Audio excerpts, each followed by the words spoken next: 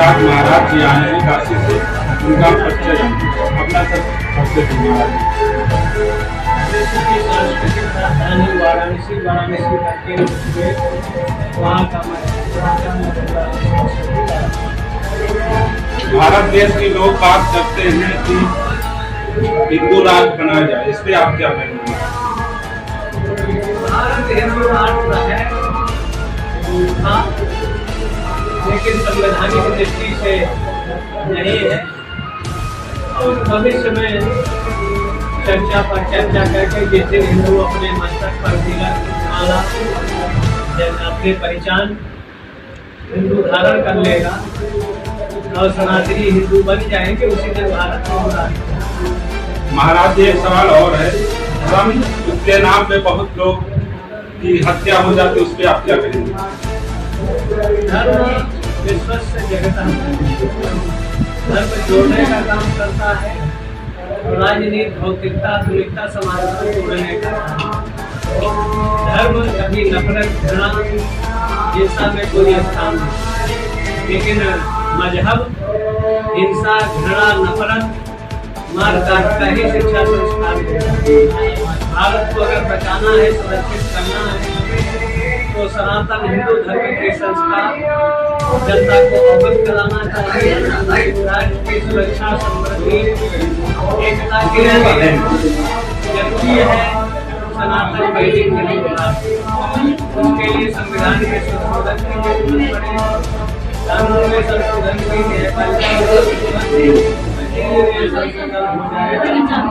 उसी दिन समाज का जो विस्मरण करने वाली जाति विधर्मी है उनका होगा। एक सवाल और महाराज जी, हम धर्म के हिसाब से लें कि संविधान? पहले धर्म है, बाद में राष्ट्र। जिन्होंने अपने धर्म को बगीचा दिया, उसमें पल्लित जिस पटल पर किसी के 10 देश है, किसी के 15 देश है, किसी के 20 है, किसी के 50 है, और सनातनियों का कोई देश नहीं है। एकमात्र नेपाली सनातनी हिंदू राष्ट्र था, लेकिन सेकुलरिज्म के भूत ने वहाँ के दर्जा को खत्म कर एक तरह से अराजकता को जन्म दिया है। और एक महाराज जी सवाल है, हमारा कहना ये है कि धर्म के चक्कर में नहीं और बाकी दौलत के चक्कर में लोग अपने भाई को मार देते हैं, इसमें आप क्या कहेंगे? शिक्षा का कारण है, अगर धर्म की शिक्षा सही हो जाए तो वहाँ हत्या धर्म का 4 आधार है, धर्म अर्थ काम ये 4 पुरुषार्थ है।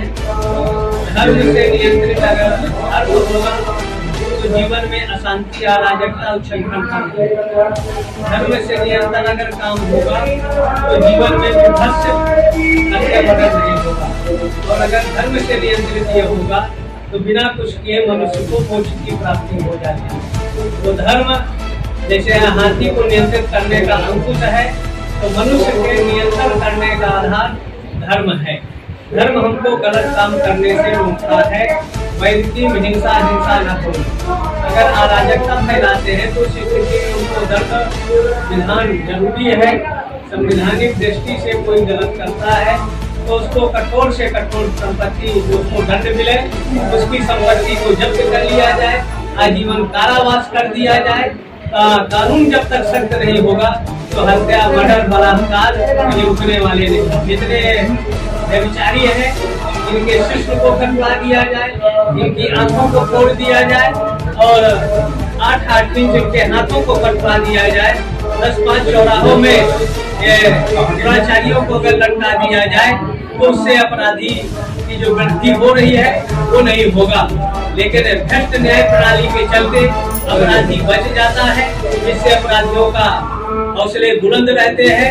न्यायपालिका एक तरफ 12 बजे रात को खोलकर आतंकवादियों का केस सुनती है, एक देश के 25 करोड़ लोगों के मुकदमे हैं। यहाँ से दिल्ली आदमी जाता है सुप्रीम कोर्ट, दौड़ के जाएगा, 1000-2000 उसका खर्चा, असम को होगा कि डेट पड़ जाएगा। इसलिए कोरोजिंग सिस्टम को इस देश से खत्म होना चाहिए। योग्यता के आधार पर जजों को होना चाहिए। और अगर जज प्रमाणित हो जाए कि गलत कर रहे हैं तो ऐसे महाजजों पर महाभियोग लाया जाए और उनको दंड दिया जाए तो आदमी को न्याय मिलेगा। और जब न्याय मिलेगा तो समाज से अनेक तरह की दुर्व्यवस्थाओं का अंत होगा। तब समाज में धर्म की स्थापना होगी। धर्म समाज को सदैव जोड़ने का काम करता है। भौतिकता और आधुनिकता समाज को तोड़ रहा है। इसलिए धर्म नियंत्रित अगर जीवन होगा, धर्म नियंत्रित राजनीति होगी तो समाज में अनियंत्रित वातावरण नहीं होगा। लेकिन राजनीति से जब धर्म नियंत्रित होने लगता है तो समाज में अनेक तरह की कुव्यवस्थाएं उत्पन्न होती है, सामाजिक विषमताओं का जन्म होता है और गलत को प्रोत्साहन मिलता है और सत्य को दबाने का प्रयास करते हैं। लेकिन जो आज परिस्थितियां हैं, न ब्राह्मणों में इस देश की समर्थ रही, न क्षत्रियों में रहा, न वैश्यों में रहा। इस देश के चक्रवर्ती सम्राट हरिश्चंद्र जैसे व्यक्ति को काशी का डोम खरीदने में समर्थ होता था। इतना ओबीसी एससी के व्यक्ति इतने समर्थ शक्तिशाली होते थे। लेकिन जब से इस देश में अम्बेडकर का संविधान आया तो दलितों का शोषण किया है और समाज में जातिवाद को प्रोत्साहन दिया है, शिक्षा को प्रोत्साहन दिया है और एक तरह से योग्यता का स्थान नहीं है। जाति देखकर गरीबी नहीं आती किसी की। गरीबी का आधार आरक्षण का जाति नहीं होना चाहिए, उसका आधार आर्थिक होना चाहिए। आर्थिक दृष्टि से जो विपन्न है, योग्यता जो हो किसी वर्ग जाति का है, अगर योग्य है तो उनको स्थान दिया जाए तो जो अनेक तरह की समस्याएं समाज में उत्पन्न हो रही सबका छुटकारा मिलेगा। देश का अमन चैन शांति एकता अखंडता बनी रहे। एक सवाल और है महाराज जी, बहुत लोग ऐसे हैं वो अच्छा काम करते हैं मगर उनके साथ भगवान द्वारा गलत होता है, इसलिए क्या करें? भगवान किसी के साथ गलत नहीं करते।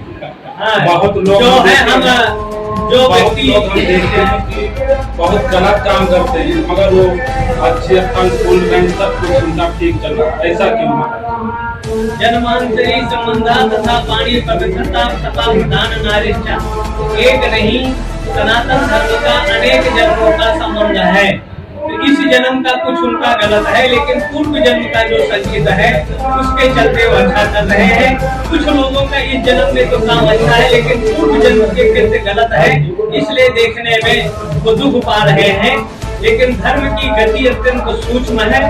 धर्म की गति में लाठी में आवाज नहीं होती, लेकिन गलत का परिणाम गलत ही होगा। कल्प कोटि शतैरपि 100 करोड़ कल्पों में भी किए गए कर्मों का नाश नहीं होता।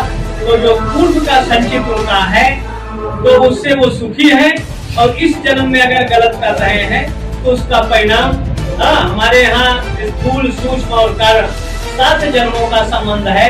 वैसे तो कल्प कोटि शतैरपि 100 करोड़ कल्पों में भी भीष्म पितामह जैसा व्यक्ति जब न्याय नहीं किया, इच्छा मृत्यु का वरदान था, लेकिन पूर्व संचित कर्मों के चलते महीना 1.5 महीना उनको बाणों की सैया पर रहना पड़ा।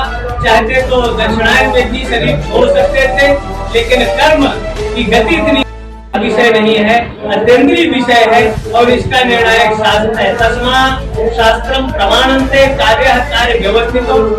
समाज की दृष्टि से किसी की दृष्टि से धर्म है और किसी की दृष्टि से वो अधर्म है, लेकिन धर्म और अधर्म का निर्णय शास्त्र करता है। इसलिए सुतयो यत् गच्छन्ति तत् गच्छन्ति मानवाः, मतयो यत् गच्छन्ति तत् गच्छन्ति वानराः। वेद शास्त्रानुसार व्यवस्था उसको जो मानकर चलता है वो मानव है। मत मतांतर के अनुसार जो चलता है वो भेड़ चाल कही जाती है या बंदर चाल कही जाती है, तो उसमें दुख की अनुभूति होगी। शास्त्र के अनुसार अगर चलेंगे तो परिणाम उनको अंत में सुखद ही होगा। वो काफिर है, उसको जीवित रहने का अधिकार नहीं है। ज्यादातर हिंदू समझते हैं कि नहीं वो भगवान की इबादत कर रहे हैं, लेकिन वो इबादत के नाम पर अपने कौम को भड़काते हैं और ये दारुल हक को दारुल इस्लाम में बदलना चाहते हैं। इसलिए झगड़े का कारण ये मौलवी है और ये मदरसे हैं। इस देश में समान शिक्षा की जरूरत है, समान कानून की जरूरत है, समान नागरिक संहिता की जरूरत है। एक तरफ 75 में कानून बन गया हिंदुओं के लिए कि एक शादी 2 बच्चा, और 2000 के बाद का जो जनरेशन है वो संतान पैदा ही नहीं करना चाहता। और दूसरी तरफ नसबंदी कराने वालों को 1500 और एक तरफ जो बच्चा पैदा करता है 5-6, उसको 6,000 मिलता है। तो ये जो विसंगतियां हैं समाज में झगड़े का कारण है। इसलिए इस देश में एक कानून हो, न्यायपालिका होना चाहिए, समान शिक्षा नीति होना चाहिए, सामूहिक न्याय प्रणाली होना चाहिए, और अगर समान व्यवस्था इस देश में लागू हो जाए। लेकिन एक IAS, IPS, engineer, doctor, professor 20 साल 15 साल नौकरी करने के बाद पेंशन नहीं है, लेकिन जो माननीय लोग विधायक हैं, विधान परिषद है, राज्यसभा है, लोकसभा है, अगर ये 4 बार हो गए तो 4 पेंशन एक साथ ले सकते हैं। इसलिए जब कॉमन सिविल कोड, सामान्य नागरिक संहिता इस देश में लागू हो, चाहे सांसद हो, चाहे न्याय प्रणाली हो, चाहे शिक्षा हो, जब सबके लिए एक व्यवस्थाएं लागू होंगी तब ये नफरत, घृणा और हिंसा का वातावरण समाप्त होगा। एक इस देश में इस निंदा जैसे कानून की जरूरत है, जो भारत में रहकर भारत को खाकर विदेश की धरती में भारत की निंदा करता है, भारत की बुराई करता है।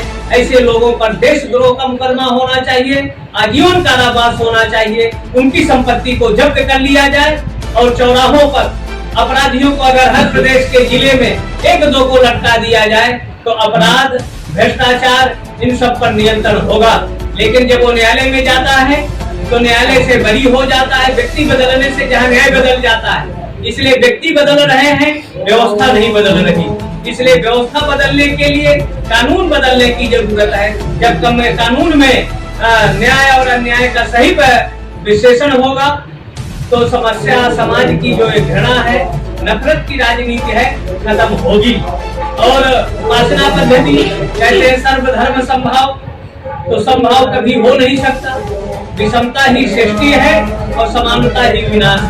लेकिन कुछ कानूनों को बनाने की जरूरत है जिससे विषमताएं दूर की जाए। समाज में समरसता की जरूरत है, एकता की जरूरत है।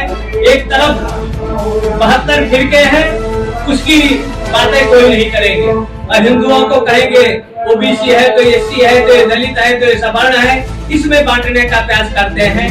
तो जातिवाद की राजनीति करते हैं। ऐसे नेताओं की राजनीति पर आजीवन प्रतिबंध लगा दिया जाए। जाति सब में है, फूल में जाती है, कपड़े में जाती है, मिट्टी में जाती है, हवा में है, उसको वर्ण कहते थे, ना कि जाति। आज जो राजनेता है जिनका 3 काम है, ईटिंग, मीटिंग और चीटिंग, भोजन, बैठक और ठगी पर विश्व के 2 से 10 देशों की राजनीति की है, जो अशांति का सबसे बड़ा कारण है। धर्म नियंत्रित अगर राजनीति होगा तो कुशासन, भ्रष्टाचार, दुराचार और ये नफरत, घृणा की राजनीति समाप्त होगी।